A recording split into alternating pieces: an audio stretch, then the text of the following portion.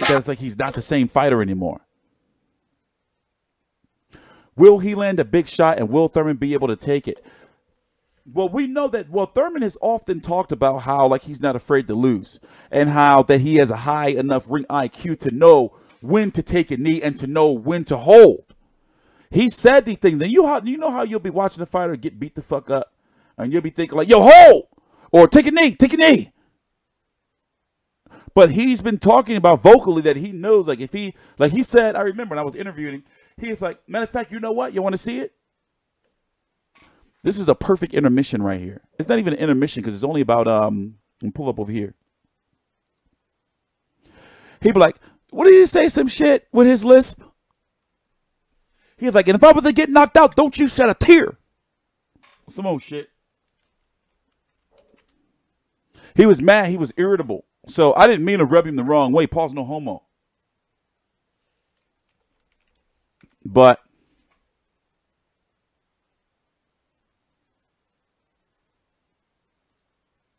you know, so he has a very, very high, like, ring IQ when it comes to shit like that. Oh, here it is right here. I think I said it. Irritable Thurman, heated. Is this it? This is it.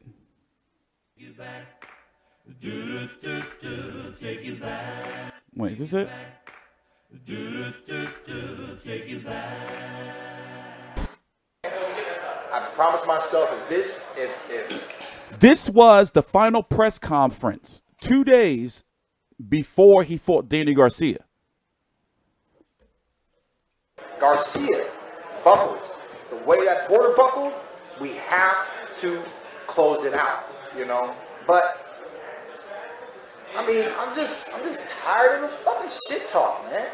Fuck y'all, what y'all want me to talk about? So mind you, it's about 5 of us in this room. So my train didn't leave. This is at the Dream Hotel in downtown Manhattan.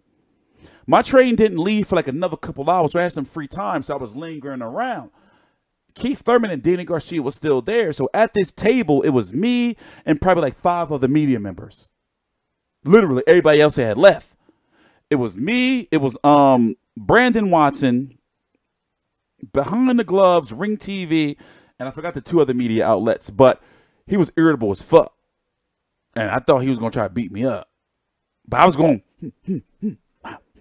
shoulder rolling. You know? Yes, I fight left-handed even though I'm right-handed. You know, but I mean, I'm just tired of the fucking shit talk, man. Fuck y'all, what y'all want me to talk about? Don't y'all want to see the fight? You know what I'm saying? I'm here to fight. Nothing matters except for the fight. You know? I mean, I can give you a prediction. The fight will end within 4 rounds. You know what I'm saying? I can do whatever. But then if it doesn't happen, then what? You know, Keith Thurman don't know what he's talking about. Then it was way more of a challenge than he's like. Tired of all y'all reporting and all this other stuff, man. I'm a world-class fighter.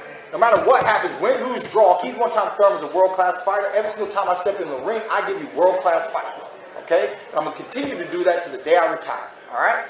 But the thing is, I just have a new confidence, man. And some of y'all know, some of y'all don't. I talk about it a little, I don't talk about it a lot. But I'm spiritual, all right?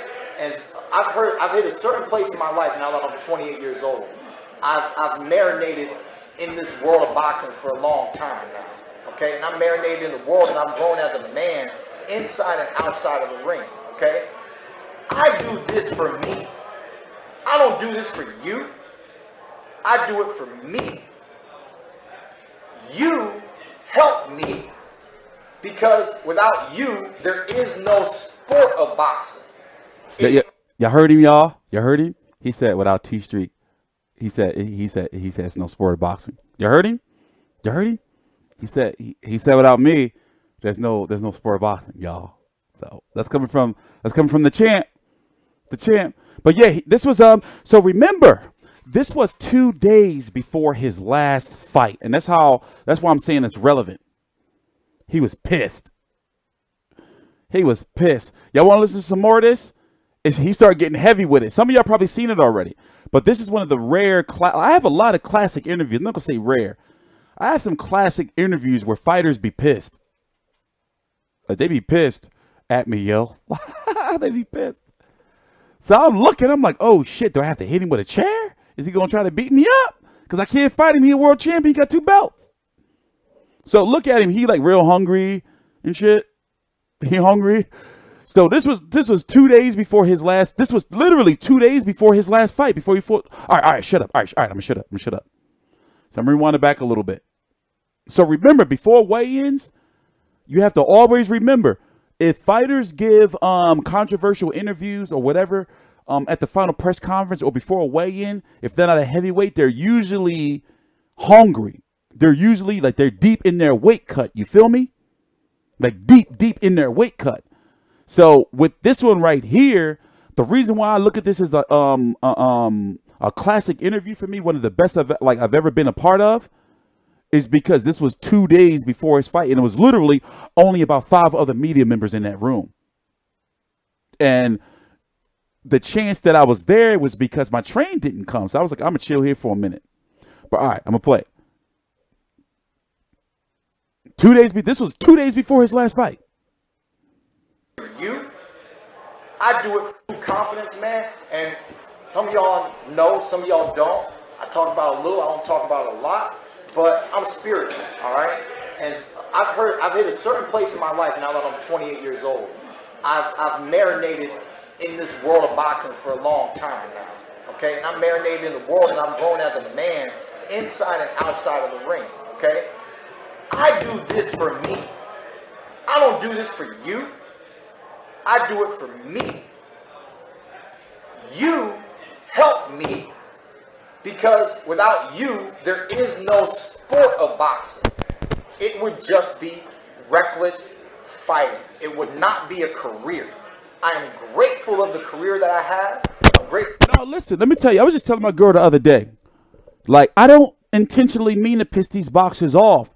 It's just that I take you guys' opinion too highly sometimes, even though you guys are scumbags. So I know that if I go interview some fighter or some shit, and I be on some bitch shit, I do a live stream, they're gonna be like, yeah, Tstreet, you was on some bitch ass shit. You motherfucking was with motherfucker, you ain't say the real shit. You dig me?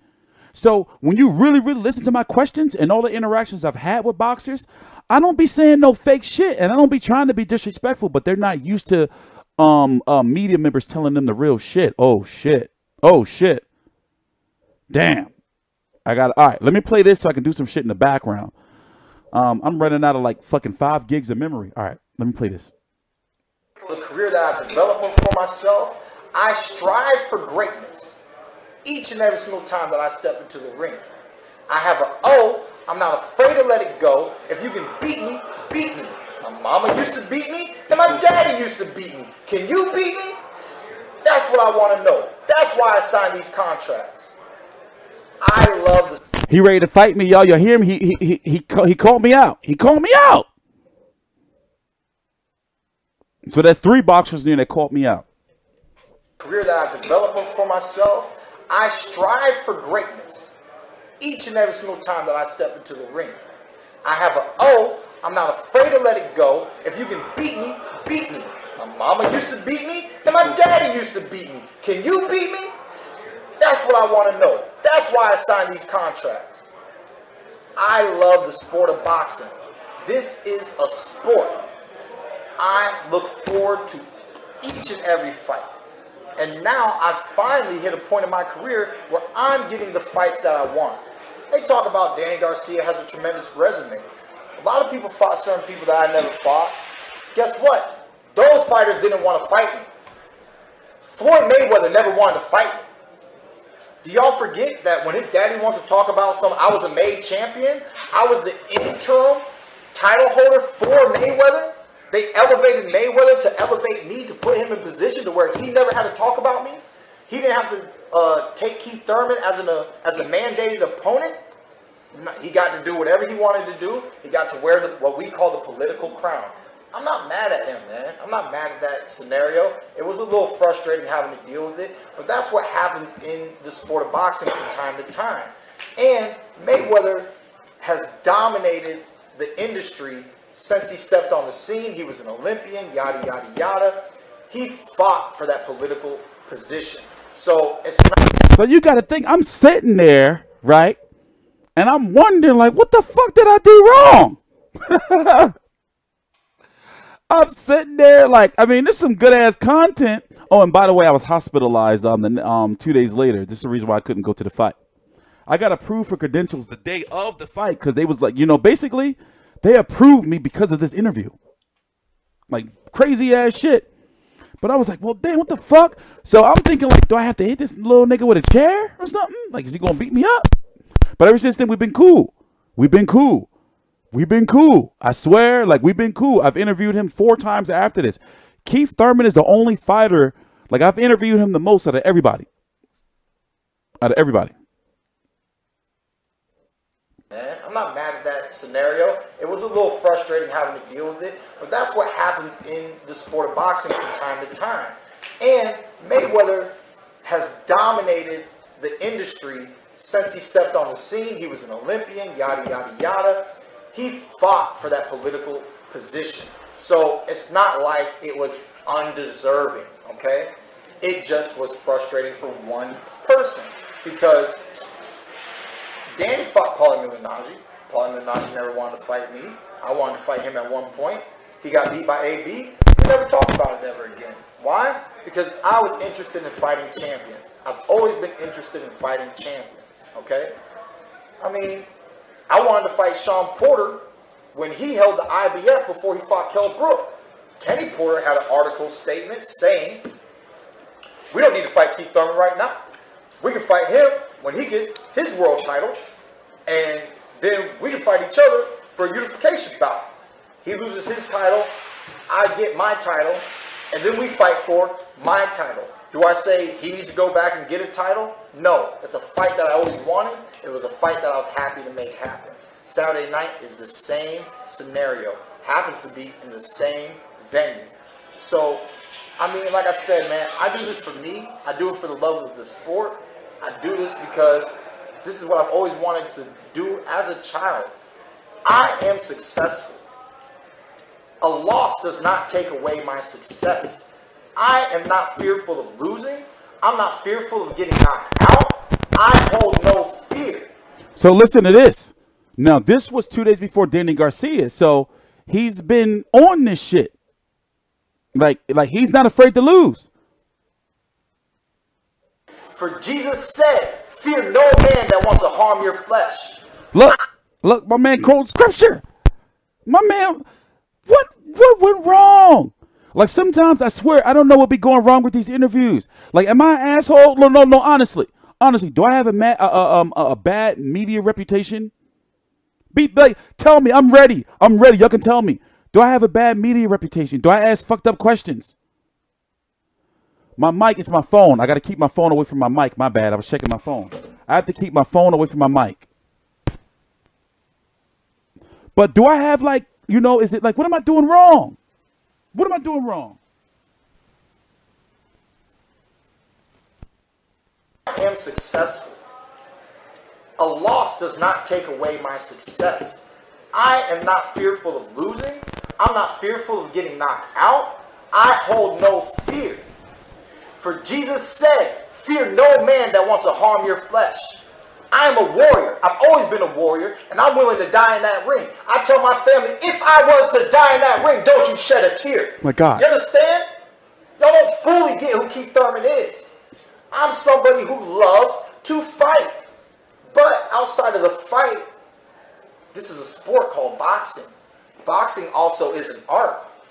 I told a person a long time ago, if you watch Floyd Mayweather, it's like watching a ballerina. It's finessing his way to victory each and every time. And everybody knows it's not easy to be a ballerina. Okay? It's not easy. So, you know, I mean, first off, a man has to wear little tights and stuff. That's a little demeaning, you know what I'm saying? But in reality, what they put their bodies through is strenuous. To be an elite athlete is strenuous, okay? But I have a love for the sport. This is my life, man, and I love it. Each and every step of the way, I love the history of boxing. I've loved the history of boxing for a long time. I'm a huge fan of the history in the welterweight division, and it is my time right now, Saturday night, to leave my mark and to be a part of that tremendous history in the sport of boxing today. Okay, I got a short question before I let you get to everybody else. It's funny because Danny Garcia was just talking about how he's real irritable during the fight week. What's your weight? What you eat today? So listen, I tried this, so I already knew. So when I asked that question,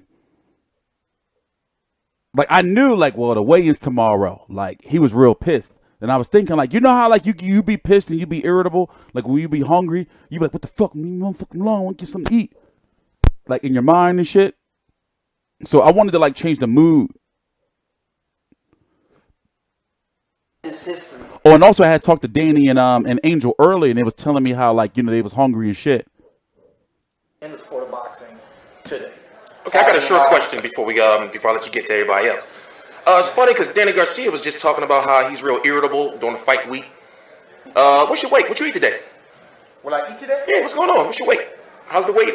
We on a You a little fiery today, bro. We on a stay ready juice diet with seaweed and oranges and apples. You know what I'm saying? So at the end of the day, you see how I'm doing that curveball? You see how I'm doing the curveball? You see how I'm doing the curveball? You see, but I wasn't meaning to do that. I wasn't meaning, like, I was like, okay, we gotta calm this shit down. Like, I thought he was gonna beat me up, y'all. I thought he was gonna beat me up. I thought he was gonna get me. All right, I ain't gonna stop it no more. I ain't gonna stop it no more. History boxing for a long time. I'm a huge fan of the history in the welterweight division, and it is my time right now, Saturday night, to leave my mark and to be a part of that tremendous history in the sport of boxing today. Okay, I got a short question before I let you get to everybody else.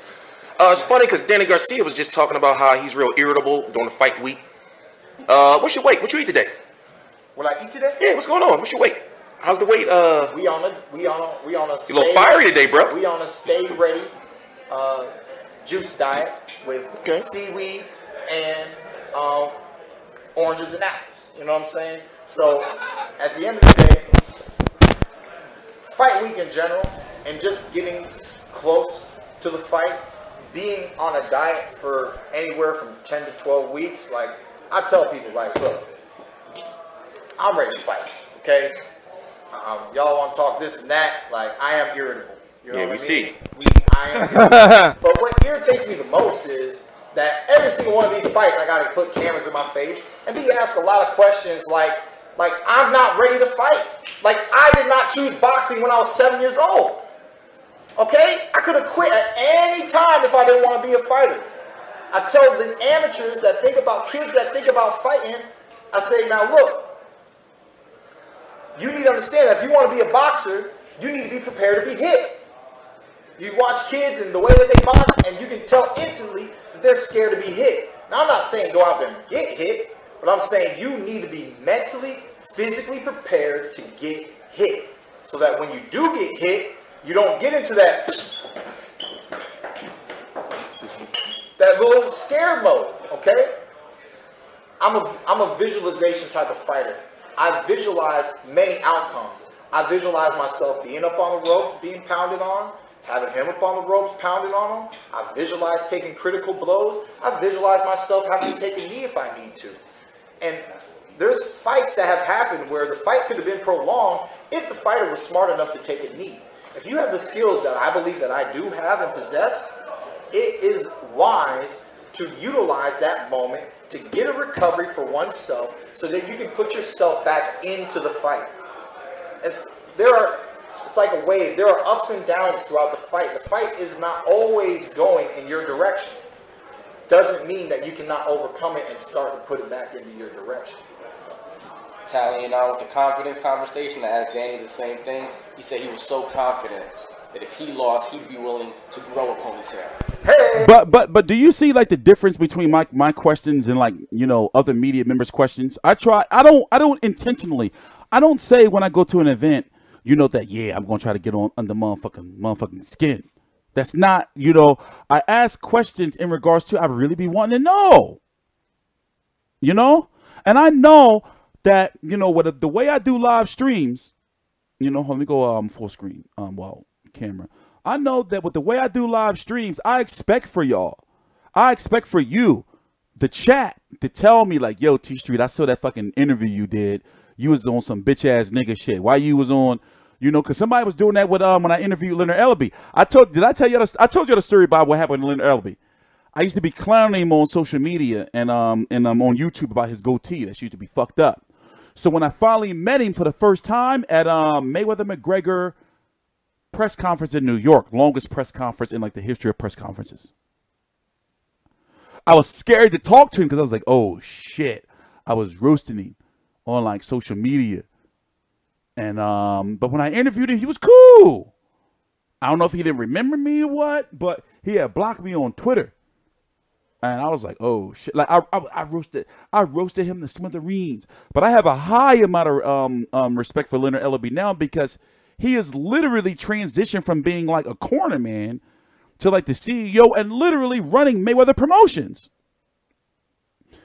Is the reason why reporters don't ask tough questions the way they get denied credential for it. Depends. You know, in my situation, I've got to a point where we have a team, and it hurts me when our team gets denied credentials. So for example, I've noticed something. I noticed that when I apply for events, I get approved. But if I try to, or if my team applies for events, they like iffy. They pick and choose what events that they want us to cover. So I don't know if it's like a rites of passage type of thing, like where they're like, no, you got to pay your dues, or if it's like they fucking with us, you know? But one thing I made sure to do is to make sure that we're staying true to ourselves and that we're changing boxing media. For example, we haven't been paid it's been 38 days, 37 days since we've been paid. We're doing all this for free. You know? Because we, you know, thank God, literally, thank God I'm in a situation where, you know, with the help of my father, I'm independently wealthy. So it may not look like it because I'm not like a materialistic dude. I'm really not. I'm not into all that shit. But however, I'm able to do this as a hobby and have fun with it, but also make sure I'm doing right by the sport in regards to, we cover the fights. And I swear to you, I really don't like you scumbags who don't motherfucking purchase the fights. Y'all scum to me. Y'all scum. You're scum. You are lower than a snake's belly. Now, it's different if you don't have the money. But if you're going out buying Jordans and shit every fucking week and you talking about how much the fucking fighters should and should not be making, then you're scum to me. You're low. You're low. Especially if you're in the UK, because y'all pay-per-views are cheap, even though you're getting a lot of them. You know? What is it, like motherfucking 25, 30 quid? Some shit? But the reason why I cherish interviews like this is because when I look back where this content is going to be 30, 40 years down from the line, I interviewed Keith Thurman 2 days before one of the biggest fights of his career. That's the way I view things, you know? My first ever interview was ever in life was Oscar De La Hoya. I was scared to death. And I was hospitalized the day after. That's how sick I was. If you lost, would you be willing to cut yours? For sure. So you're that confident that you'll win, that you cut the ponytail off if you lost, hypothetically? Well, outside of that, maybe Keith, one time Thurman might need something new in his life. Okay. So, who do you think asked that question? What brand do you think would ask a question about a ponytail? Right? Now, don't get me wrong. It's good media and it's good questions to ask because you want to get to know the boxers and everything like that. But what brand do you think that was? What channel do you think that was? That ask about shit like that. You know, hey, you know, like your shoes. Where'd you get your shoes from? Your shoes are nice and shit. But yet, this is the last time I'm going to play this, and then we got to finish the video up because we got to do our final predictions. In fact, I'm gonna start from the beginning so you can know. I didn't mean to piss. I swear I didn't mean to piss him off. That's all the all access. I'm gonna ask the question that you hate, right? Alright, no, I'm kidding. You're like, I'm over. Are you ready for this fight? Yeah. You ready? Are you ready for this? Like, I haven't been doing this for 10 weeks. It seems as though that listening to you, you've been talking about how you know, you have the left hook, Danny Garcia has the left hook, but this is the first fight where I've seen that in promotion you haven't really come off as confident. You know, it's almost like you look at it as it's really a 50-50 fight. How do you view that? I'm about to knock him out, man. I don't want to hear that. I don't want to hear that. So you're going for the knockout? Are you going going for the knockout? That's what y'all understand. First off, it's one time, all the time, KOs for life. All right? The model doesn't change. The philosophy doesn't change. The only thing is when a fighter starts showing me that it's not easy to get what I want, then I'm going to get the other portion of what I want, which is overall victory of the night. Okay? Did we not buckle Sean Porter? Was he not hurt several times in the fight? Okay, but for some reason, I don't know if it had to do with the car accident, the layoff, yada, yada, yada. When we connected with the one, we couldn't follow up. We did not shut him down. We did not put him out, okay? So, already, this was 2 years ago. He was deeply concerned about how the injury was affecting his career and his performance. This is 2 days before he fought Danny Garcia. Now remember, I'm using this. These are going to be individual videos. So I'm going to play it back now. I want you to put your CSI. I want you to put your listen to him. Listen to him. And what we were talking about earlier in regards to, is Keith Thurman a broken fighter mentally, in regards to are the injuries affecting him as a fighter? So listen to this recount of when he fought Sean Porter and how he's going into the Danny Garcia fight expecting a knockout, but he didn't get it.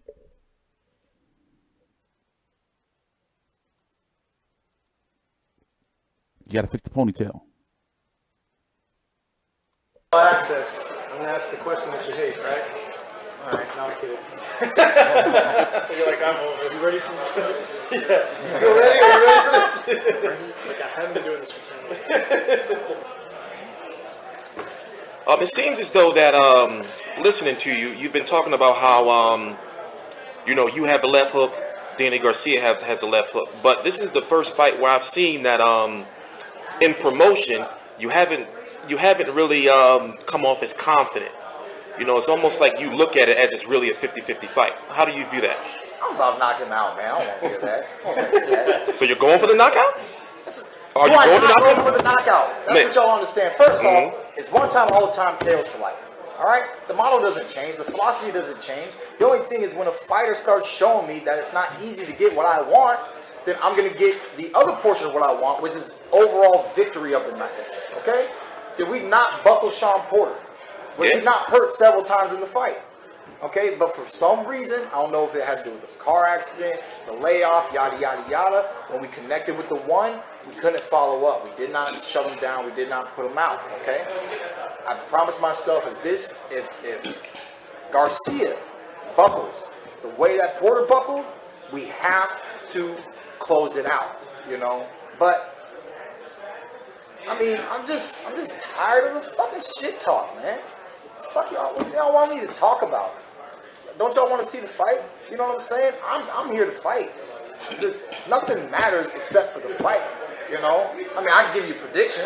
The fight will end within 4 rounds. You know what I'm saying? I can do whatever. But then if it doesn't happen, then what? You know, Keith Thurman don't know what he's talking about. Danny was way more of a challenge than he's like.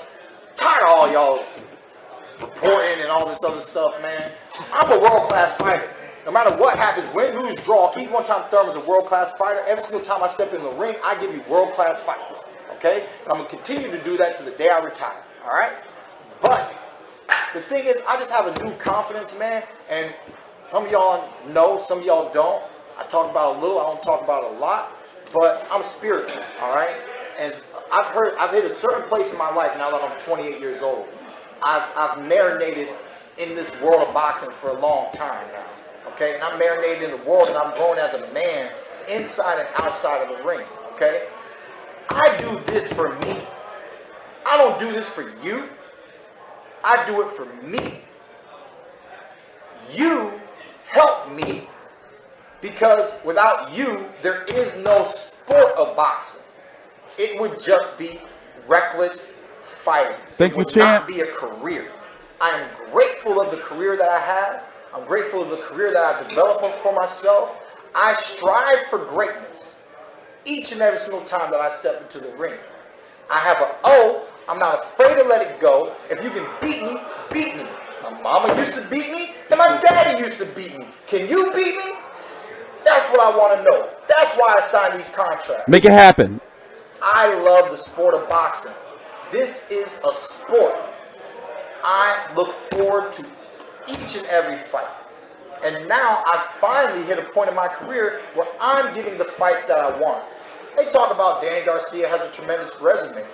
A lot of people fought certain people that I never fought. Guess what? Those fighters didn't want to fight me.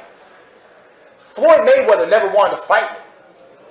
Do y'all forget that when his daddy wants to talk about I was a made champion, I was the interim title holder for Mayweather? They elevated Mayweather to elevate me, to put him in position to where he never had to talk about me. He didn't have to take Keith Thurman as a mandated opponent. He got to do whatever he wanted to do. He got to wear what we call the political crown. I'm not mad at him, man. I'm not mad at that scenario. It was a little frustrating having to deal with it, but that's what happens in the sport of boxing from time to time. And Mayweather has dominated the industry since he stepped on the scene. He was an Olympian, yada, yada, yada. He fought for that political position. So it's not like it was undeserving, okay? It just was frustrating for one person because Danny fought Paulie Malignaggi. Paulie Malignaggi never wanted to fight me. I wanted to fight him at one point. He got beat by AB. We never talked about it ever again. Why? Because I was interested in fighting champions. I've always been interested in fighting champions. Okay? I mean, I wanted to fight Sean Porter. Whoop Thurman ass. He held the IBF before he fought Kell Brook. Kenny Porter had an article statement saying, we don't need to fight Keith Thurman right now.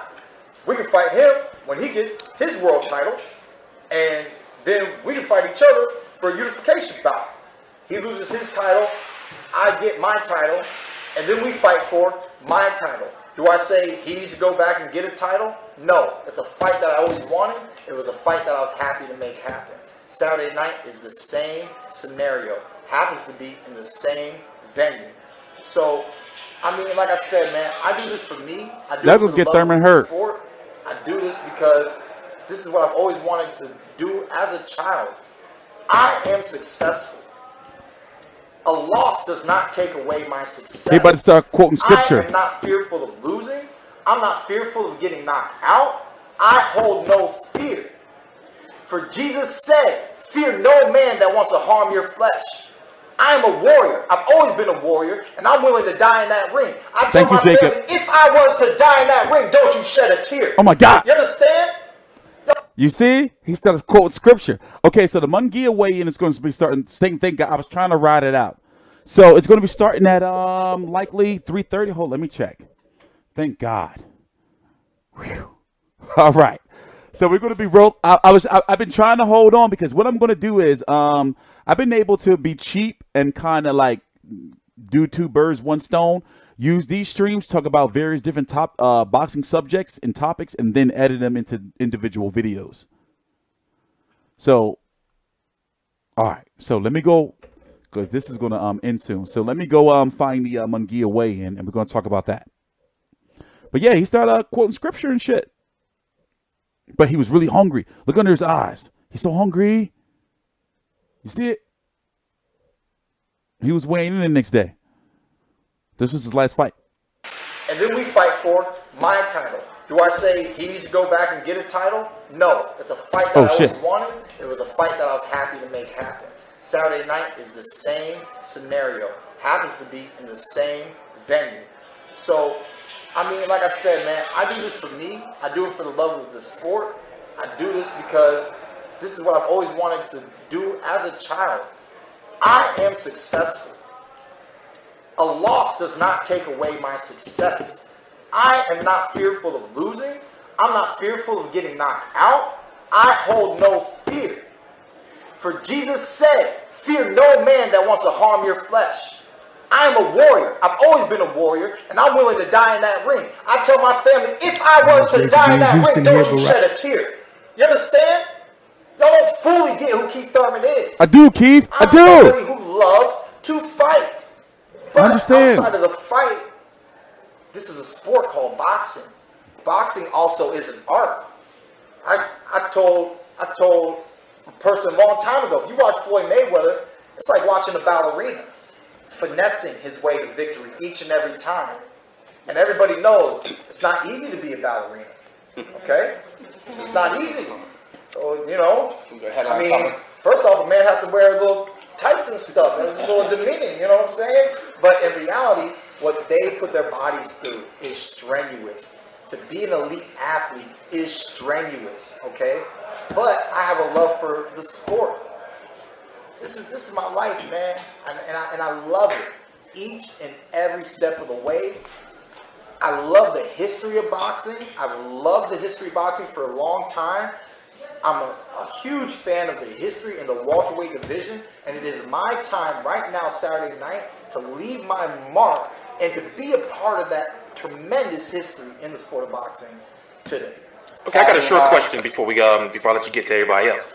It's funny because Danny Garcia was just talking about how I did not mean to be that rude. I was not trying to be that rude. By the way,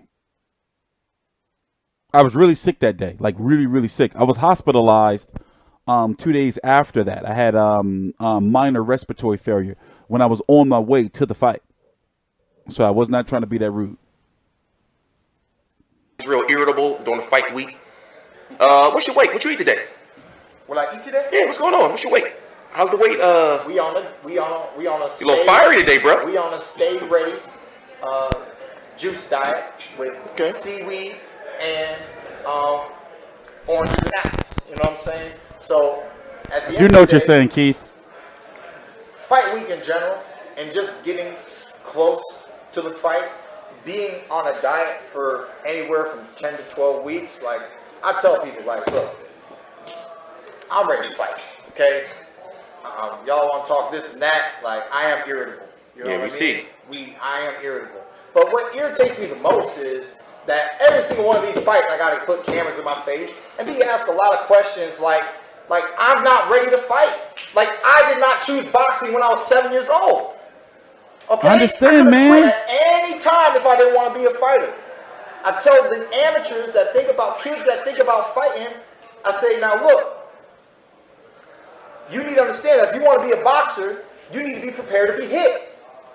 You watch kids and the way that they box, and you can tell instantly that they're scared to be hit. Now, I'm not saying go out there and get hit, but I'm saying you need to be mentally, physically prepared to get hit. So that when you do get hit, you don't get into that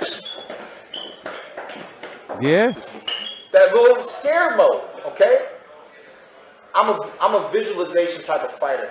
I visualize many outcomes. I visualize myself being up on the ropes, being pounded on, having him up on the ropes, pounded on him. I visualize taking critical blows. I visualize myself having to take a knee if I need to. And there's fights that have happened where the fight could have been prolonged if the fighter was smart enough to take a knee. If you have the skills that I believe that I do have and possess, it is wise to utilize that moment to get a recovery for oneself so that you can put yourself back into the fight. It's like a wave. There are ups and downs. Yeah, for those who don't know, Keith Thurman is a tiny dude. I'm 6'2" with no shoes like on. I'm a legit 6'3". That's why if you ever see my videos, I have like a high ass camera angle. Like he's a little guy. Downs throughout the fight. The fight is not always going in your direction. Doesn't mean that But he'll fuck your fucking shit up. you cannot overcome it and start to put it back into your direction. Tallying out with the confidence conversation, I asked Danny the same thing. He said he was so confident that if he lost, he'd be willing to grow a ponytail. Hey! If you lost, would you be willing to cut yours? For sure. So you're that confident that you cut His ring off, IQ was high as shit. hypothetically. Well, outside of that, maybe Keith one time Thurman might need something new in his life. You know what I'm saying? Like when you really think about it, whose ring IQ? Like the way he talks in regards to, he knows that in his mind. Now, whether he's going to do it in the ring or not, he knows that to take a knee. You know, if he gets hurt, he knows he's supposed to hold. Now, when it came to Luis Collazo, what did he do? He got hurt to the body. He got on his bike. That's high ring IQ, right? You can say that's high ring IQ. When it came to Josesito Lopez hurting, Sean Porter, he got on his bike. So when you take the knee, that's the last resort, correct? No, what actually you should run to try to, if you can't evade, then to hold. And if, you know, that's not working, take a knee. Take the whole 8 seconds, look directly in the referee's eyes. And be like, I'm cool, ref. Just the whole, give me my whole 8. I'm looking at you, ref. I'm looking at you. You know, so he seems to know, like, you know, he seems like a sure in that way. That's why I say he's great. But tomorrow's going to be a test. Listen, Josesito Lopez ain't no joke. Yes, he's supposed to be a comeback fighter, but he not no joke. He literally, like, all right, whatever. I feel you. I had mine long too. You know what I'm saying? It might need a change up. You know, it's been working for a long time. You know, and the amateurs, they used to call me Samson. See that boy right there? That's where you get your power from? Well, remember when De La Hoya, when he fought, you know, a liver shot fucks you up. Now, listen, I've had a liver shot before. Liver shots are debilitating. You can't do shit.